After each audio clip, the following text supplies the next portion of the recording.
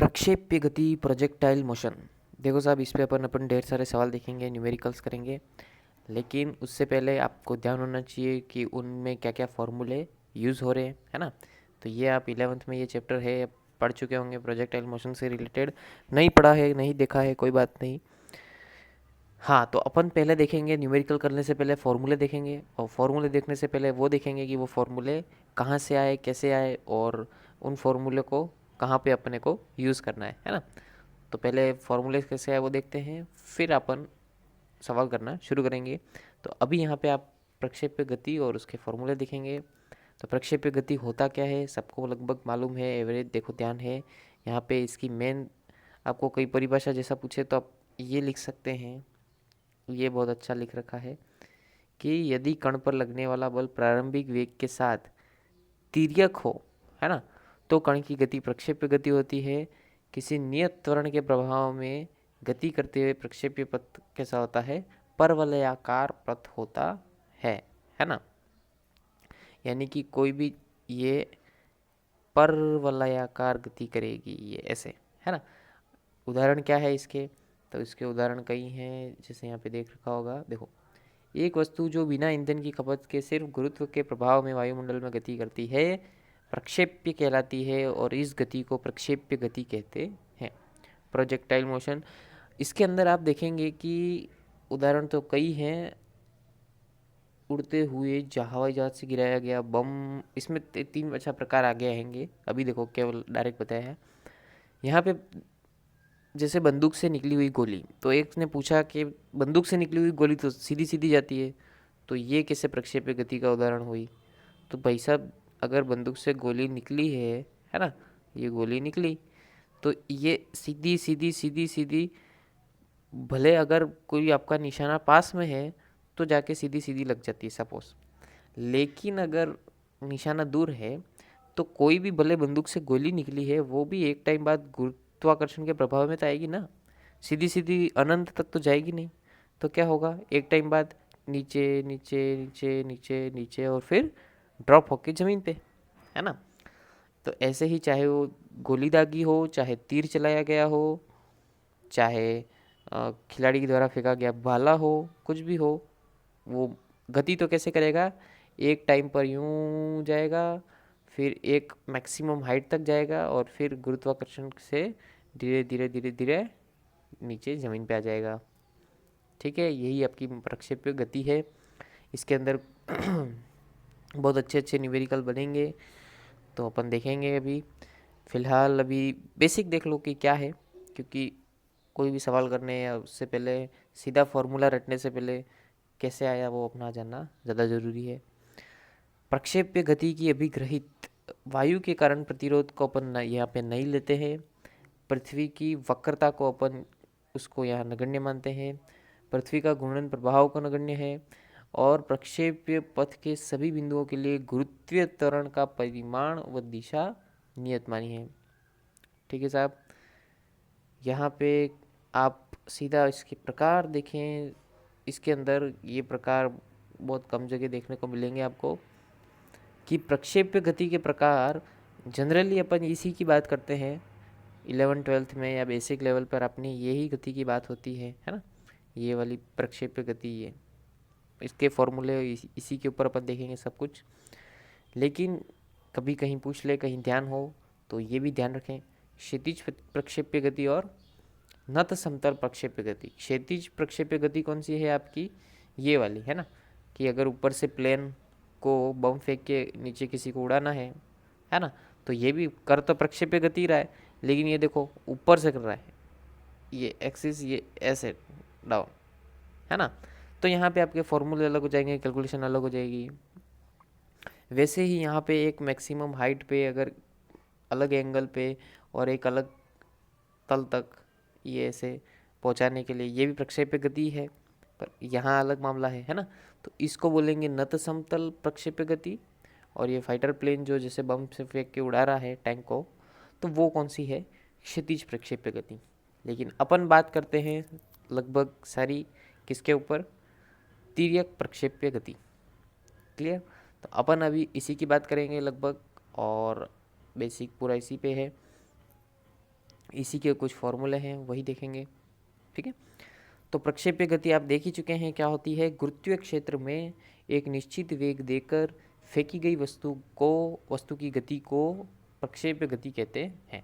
गुरुत्वीय क्षेत्र में एक निश्चित वेग देकर फेंकी, फिर वो एक मैक्सिमम हाइट तक जाएगी और उसके बाद फिर धीरे धीरे धीरे नीचे, है ना। तो उदाहरण कई हैं, मिसाइल की गति, धनुष से छोड़े गए तीर की गति, हवाई जहाज से गिराए गए पैकेट की गति, सभी। अब देखो, अब अपन शुरू करते हैं कि इसके फॉर्मूलाज कैसे आएंगे। यहाँ पे प्रक्षेप्य गति की बात हो रही है। ये एक्स एक्सिस होता है, ये वाई होता है। एक्स एक्सिस में यू एक्स का घटक कितना है, यू कॉस थीटा, और यू वाई कितना है, यू साइन थीटा। ये दो घटक याद रखें, एक्स डायरेक्शन वाई डायरेक्शन में यू का यू एक्स बराबर यू कॉस थीटा और यू वाई बराबर यू साइन थीटा। अभी बहुत काम में लेंगे इनको। तो यहाँ पे चित्र में बिंदु से वस्तु को थीटा कोण पर प्रारंभिक वेग u से गुरुत्वीय क्षेत्र में फेंका गया। x दिशा में त्वरण ax बराबर 0, जबकि y दिशा में त्वरण कितना माना है, ay बराबर -g। -g यानी कि ये तो विपरीत दिशा में ऊपर गति हो रही है ना, गुरुत्वीय तल के विपरीत दिशा में गति हो रही है, तो त्वरण को केस में लिया है -g। तो माना कि किसी समय t पर वस्तु के निर्देशांक x और y हैं, तो गति के द्वितीय समीकरण से देखो यहाँ पे अपन कर क्या रहे हैं, यहाँ पे कुछ नहीं, एक इक्वेशन ला रहे हैं। वो इक्वेशन बताएगी कि देखो ये इक्वेशन परवलय जो होता है हमारा मैथ्स में आपने पढ़ रखा होगा, तो कि परवलय के समीकरण के जैसी है, इसका मतलब वस्तु परवलयाकार प्रक्षेप्य गति कर रही है आपकी, है ना। तो वैसे एक समीकरण ला रहे हैं, उससे अपन प्रूफ कर देंगे कि ये ऐसी समीकरण देखो परवलय के जैसी समीकरण है, इसलिए वस्तु ऐसी गति कर रही है। बस वो कर रहे हैं, है ना। तो यहाँ पे प्रूफ करने के लिए अपन ने क्या किया, एक कोई निर्देशांक ले लिए, टी समय टी है, वस्तु के निर्देशांक एक्स वाई ले लिए। अब क्या कर रहे हैं, गति का द्वितीय समीकरण यूज़ कर रहे हैं। अपन गति के समीकरण पढ़ चुके हैं, है ना। ढेर सारे न्यूमेरिकल भी देखे हैं, नहीं देखे हो तो पहले देखें, स्टेप बाय स्टेप आगे बढ़े। तो x बराबर, यहाँ पे डिस्टेंस x है ना। तो x बराबर पहले अपन x एक्सिस में लेंगे, फिर y के लिए फिर अलग से एक और समीकरण लगाएंगे, है ना। तो पहले x के लिए लगा रहे हैं, तो x बराबर you x T plus half A x T square, है ना। समीकरण तो याद है, x बराबर U T plus half A T square वाली, बस वही समीकरण लगाइए, ठीक है। तो x बराबर you x T plus half A x T square, इसके अंदर यू एक्स और एक्स का मान रखने पर कितना आएगा, देखो यू एक्स का मान ये x डायरेक्शन वाला यू कॉस थीटा, और x तो कितना है 0, और वैसे ही y के लिए लगाएंगे तब y बराबर ए वाई कितना आ जाएगा -g, और यू वाई कितना है आपका u साइन थीटा। बस यही वैल्यूज आपको इस समीकरण में रखनी है।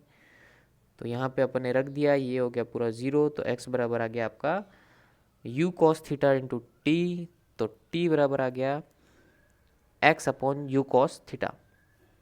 इसी प्रकार y के लिए लगाओ, y के लिए समीकरण यूज में ली, यू वाई और ए वाई की वैल्यू रखी। अब इसके अंदर अपन ने जो t था, उस t की वैल्यू जो अपन ने अभी निकाली है वह रख दी, है ना।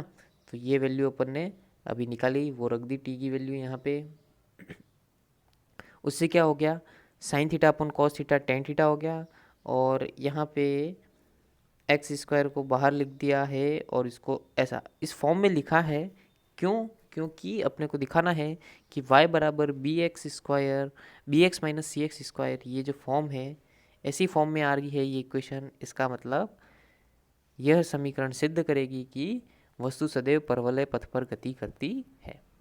अब केवल एक परवलय पथ पर गति करती है वस्तु, उसको दिखाने के लिए ऐसी समीकरण लाके हम दर्शाएंगे। अब भाई साहब देखो, अब आपके मेन फॉर्मूले शुरू होंगे, तो आप भले फॉर्मूला कैसे आया वो एक बार देख लें, नहीं देखना हो कोई दिक्कत नहीं है, पर वो जो मेन फॉर्मूला है वो अपने को ध्यान रखना है, उसके ऊपर ही सारे आपके न्यूमेरिकल होने वाले हैं, है ना। तो एक बार देख लो कि कैसे आए, बाकी कोई दिक्कत नहीं है, मेन फॉर्मूले आपको नोट रखने हैं, उसी पे अपन सवाल करेंगे। तो सबसे पहले आता है कि उड़ान का समय, उड्डयन काल, यानी कि वस्तु जहाँ से उसने ये यहाँ से शुरू किया, ये गई गई गई गई गई गई गई मैक्सिमम तक पहुंची, फिर नीचे आई आई आई आई आई आई ये। तो यहाँ से लेके यहाँ तक जाने में जितना टाइम लगा, वो टाइम आपका क्या कहलाएगा, उड्डयन काल, यानी कि जितनी देर हवा में रही, है ना। तो प्रक्षेप्य गति में ओ बिंदु से गति प्रारंभ करके पुनः धरातल तक आने में लगा कुल समय उड्डयन काल कहलाएगा। यहाँ पे y दिशा में गति का समीकरण, पहला ही समीकरण यूज में लिया है, v बराबर u प्लस ए टी, है ना। तो माना b बिंदु पर वस्तु का वेग vy जीरो हो जाता है, यानी किसी एक पॉइंट पे जाके तो वेग जीरो होना ही है ना लास्ट में जाके, तो बस मान लिया है। अब जीरो बराबर यू वाई कितना है आपका, यू साइन थीटा, है ना, यू डायरेक्शन में है U sine theta, minus A Y कितना था, माइनस का जी इंटू टी, तो जी टी बराबर आ गया आपका यू साइन थीटा, तो टी बराबर आया यू साइन थीटा अपॉन जी। अब ये तो केवल जाने का है, कुल समय क्या हो जाएगा, जाने का प्लस आने का, मतलब नीचे तक आने का, तो टोटल समय हो जाएगा आपका टू टी, तो टू टी कितना हो जाएगा, two U sine theta upon G. तो ये नोट कर लें, टोटल समय t बराबर two U sine theta upon G. ये आपका मेन फॉर्मूला है कि वस्तु कितनी देर हवा में रहेगी, टोटल टाइम। इसके अंदर अगर साइन थीटा में थीटा की जगह आप 90 डिग्री रखते हैं, तो ये जो वैल्यू होगी टी की वो आपको मैक्सिमम मिलेगी। इसका मतलब, क्योंकि साइन 90 की वैल्यू कितनी होती है, एक, है ना, तो ये जो भी वैल्यू मिलेगी आपको मैक्सिमम मिलेगी। इसका मतलब अगर आप 90 डिग्री पर वस्तु को फेंकेंगे तो वो सबसे ज़्यादा देर तक हवा में रहेगी। यहाँ पे वही लिखा है, अधिकतम समय तक हवा में रखने के लिए ऊर्ध्वाधर 90 डिग्री पर फेंकना होगा। क्लियर।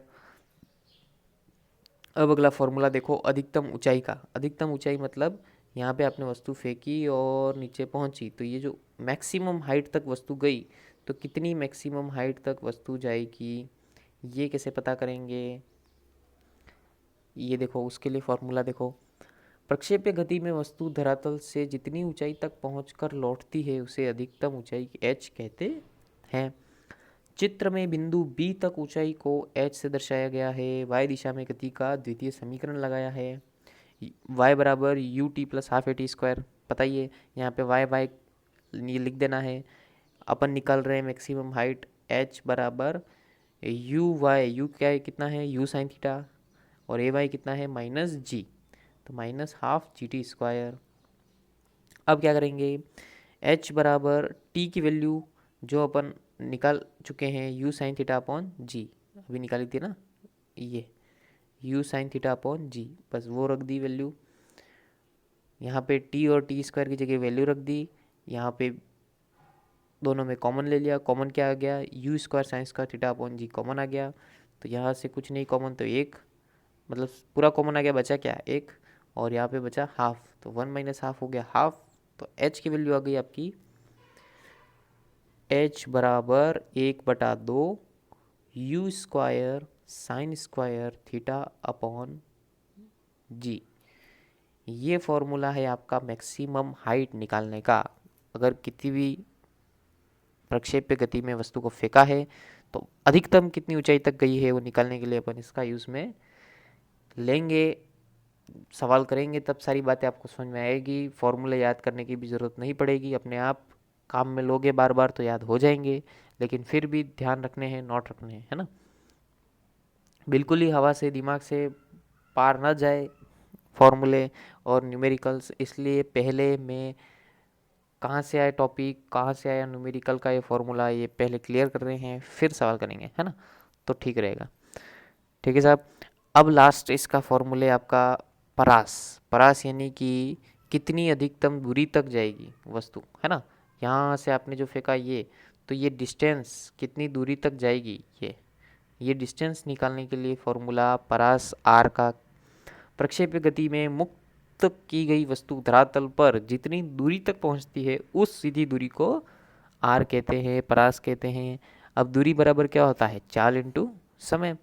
चाल यहाँ पे अपन ने यू एक्स डायरेक्शन में यू की जो वैल्यू है यू कॉस थीटा वो ली है, और टी आपका जो टाइम कितना लगा था, तो वो कौन सा था, उड्डयन काल वाला, है ना। उड्डयन काल ही तो निकाला था ना भाई मेरे, ये यहाँ से यहाँ पहुँचने में कितना टाइम लगेगा वो क्या निकाला था, कैपिटल टी। तो बस आर बराबर यू कॉस थीटा और कैपिटल टी कितना था, 2u sin θ/g, रख दी वैल्यू, कितना आ गया, 2u को अलग ले लो आप, तो यू स्क्वायर हो गया 2 sin θ cos θ। अब 2 sin θ cos θ आपका एक फॉर्मूला है sin 2 थीटा का, sin 2 थीटा बराबर 2 sin θ cos θ, है ना। तो ये फॉर्मूला आपने पढ़ रखा होगा, नहीं पढ़ा कोई बात नहीं, याद रखें। तो ये इसकी जगह अपन ने sin 2 थीटा रख दिया और आपका परास का सूत्र आ गया आर बराबर यू स्क्वायर sin 2 θ/g। अब यहाँ पे इस फॉर्मूले में अगर आप थीटा की वैल्यू 45 डिग्री रखते हैं तो आपको वैल्यू मैक्सिमम मिलेगी। कैसे, क्योंकि sin 2 थीटा है, 45 रखोगे तो sin 2 थीटा यानी कि 45 इंटू 2 90 मिलेगा, और sin 90 की वैल्यू मैक्सिमम 1 होती है ना। इसका मतलब आपने को 45 डिग्री के एंगल पे अगर आप फेंकोगे तो वस्तु अधिकतम दूरी तक जाएगी। तो कभी भी किसी दोस्त के साथ पत्थर फेंकने का कंपटीशन हो रहा हो तो आपको कितने एंगल पे फेंकना है, 45 डिग्री के एंगल पे पत्थर फेंकना है, तो वो मैक्सिमम दूरी तक जाके गिरेगा। क्लियर है, ये आपका परास का फॉर्मूला था। अब इन फॉर्मूलेस का अपन यूज़ करके बहुत कुछ सवाल देखेंगे, तो इसलिए इन सवालों को करने से पहले फॉर्मूला देखना ज़रूरी है, तो हमने देखे हैं। बाकी आप और अपने लेवल पे देखें, पढ़ें, क्लियर करें चीज़ें और फिर अधिक से अधिक प्रैक्टिस करें। ठीक है, तो अपन सवालों की प्रैक्टिस और करेंगे इसके बाद। तब तक पढ़ते रहो, मस्त रहो, खुश रहो। Thank you.